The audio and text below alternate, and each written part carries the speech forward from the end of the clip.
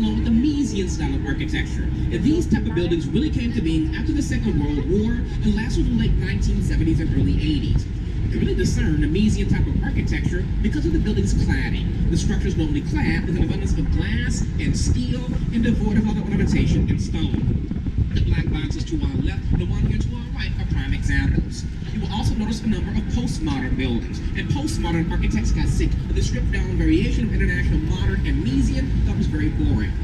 But the building directly here to our right that we're currently passing just goes by its address of 401 North Michigan Avenue, 1965, Skidmore, Owings, and Merrill. Much more important is the building right behind it from 40 years earlier. Now coming into view, the beautiful Neo-Gothic Tribune Tower from 1925. Now back in 1922, the paper sponsored an international architecture competition. Grand prize, 50 grand to any architect that can design the world's most beautiful building.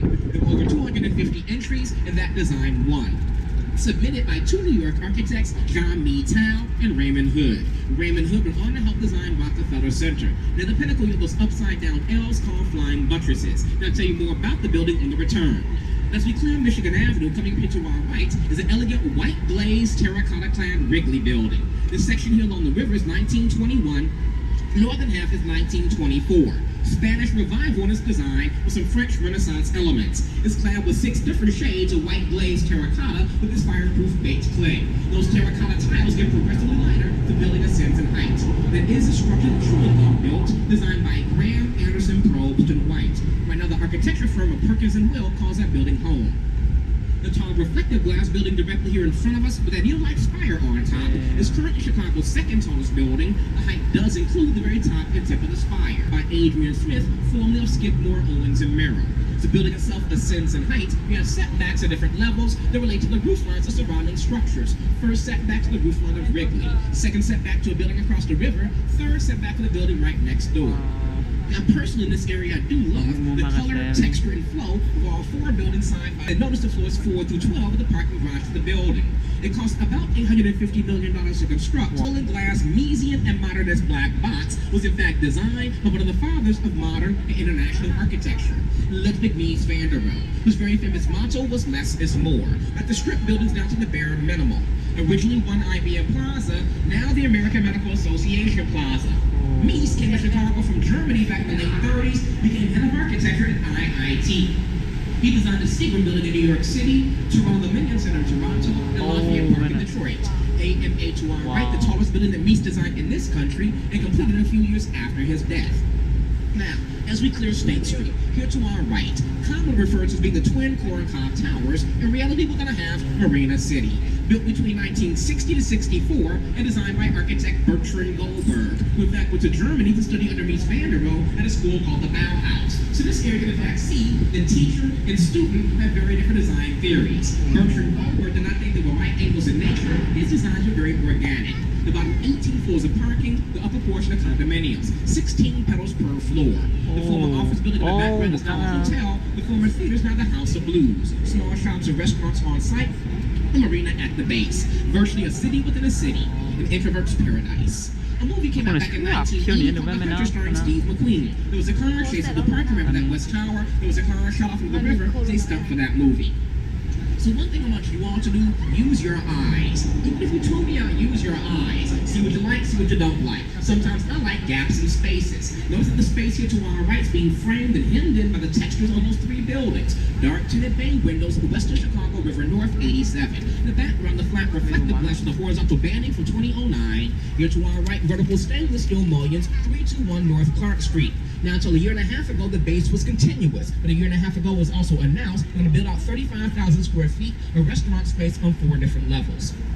As we clear Clark, here to our right, this beautiful red brick and terracotta-clad structure that runs horizontally on the river in a prairie school design. The Reed Murdoch Warehouse building from 1914 by architect George C. Nimitz. In the clock tower town center, designed by the water tank.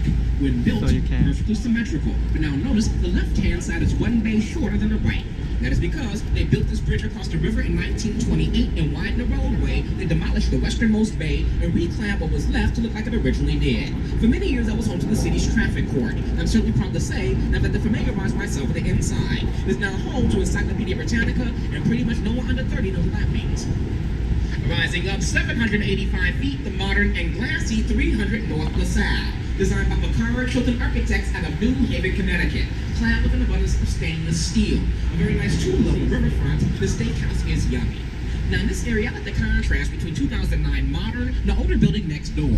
A pretty good example of the Chicago school style of architecture, the tripartite design. Think of a Greek column. There's a base, shaft, and capital on top. Base of the building visually anchors the structure to the ground. The shaft draws your eye up. The cornice around the top is to finish things off. That was a tea and coffee warehouse completed back in 1912. You're going to notice base, shaft, and capital on main building. They represent some of the Prince merchants in the United States. Woolworth, Wanamaker, Marshall Field, and a few more. The building was commissioned for and by the president of the Marshall Field organization.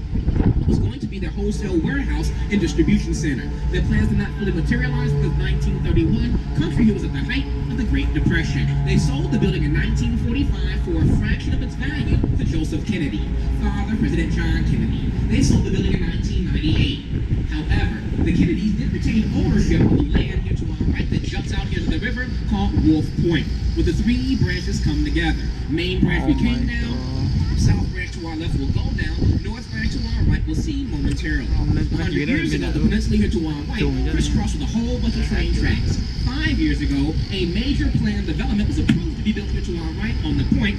That planned development includes the construction of 3 buildings. Right now, they're wrapping up the second one, Wolf Point East, by Paley Clark Paley, will be residential rental, roughly 700 apartments. People should start moving in a few short months. And then sitting here to our right at the peak, will have been approved at 950. It's only going to be 835. I'm very disappointed. That site deserves something spectacular. It's not going to happen the way that I want. It's being built by Hines out of Houston, and I told them at Plan Commission back in January, because everything's bigger in Texas, except you guys. They were too happy with me. I don't care. It will be Salesforce Tower. They should start construction sometime this year. They should wrap up sometime in 2023. Eventually, the riverwalk will wrap around the entire peninsula. Railroad bridge to our right over the diagonal have never, ever been seen that bridge there. The reason they keep it up when it is closed, the clearance is only about 4 feet, and they have to have it manned 24/7. Built back in 1908, will not be torn down, has been landmarked. The brick building over there is called Fulton House. Initially, North American Cold Storage Building, a giant icebox and refrigerator that had very, very few windows. The curved building here is called River Bend. You see how skinny that structure is? The reason it is so slender, you have train tracks that curve around the backside of that property, causing the land to be very narrow. So tight there was not enough room to construct ramps to access the parking garage. Opening garages, you don't need a wide turning radius. So instead, you design elevators in that space to lift the cars over the floors when they're parked. It's all valet. And if you had taken this boat tour about 6 years ago now, you have not a problem seeing the train tracks here to our right. They're still there. It's been so if you all have time while you're here, visit the plaza. You're elevated, so it gives you great views down the main branch canyon to our left.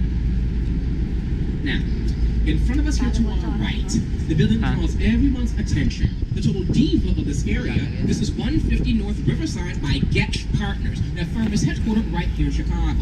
As we get closer, look up and down the east face or riverside of the building, you just kind of notice the undulating stainless steel fins, almost like ripples or waves on the water.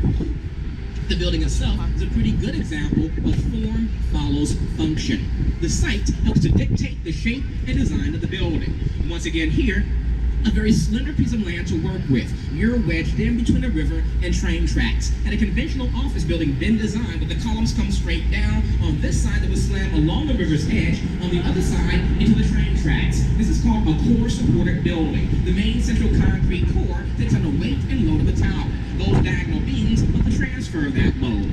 Example, I hold my arm up for my body. You push down on my hand, it's going to fall right to my thigh. If there's a bar from my pelvis to my waist, you can't push down. Same general concept of the diagonals. Both restaurants are open or accessible to the public. Some conference and meeting rooms for the office tenants. Acre-and-a-half landscape public plaza. I'll tell you a bit more about the building on the return.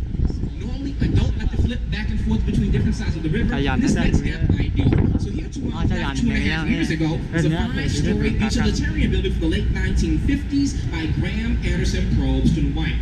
A few years ago, the old building and land below it were bought by the Howard Hughes Corporation out of Texas. 2 years ago, the old building came down, going up.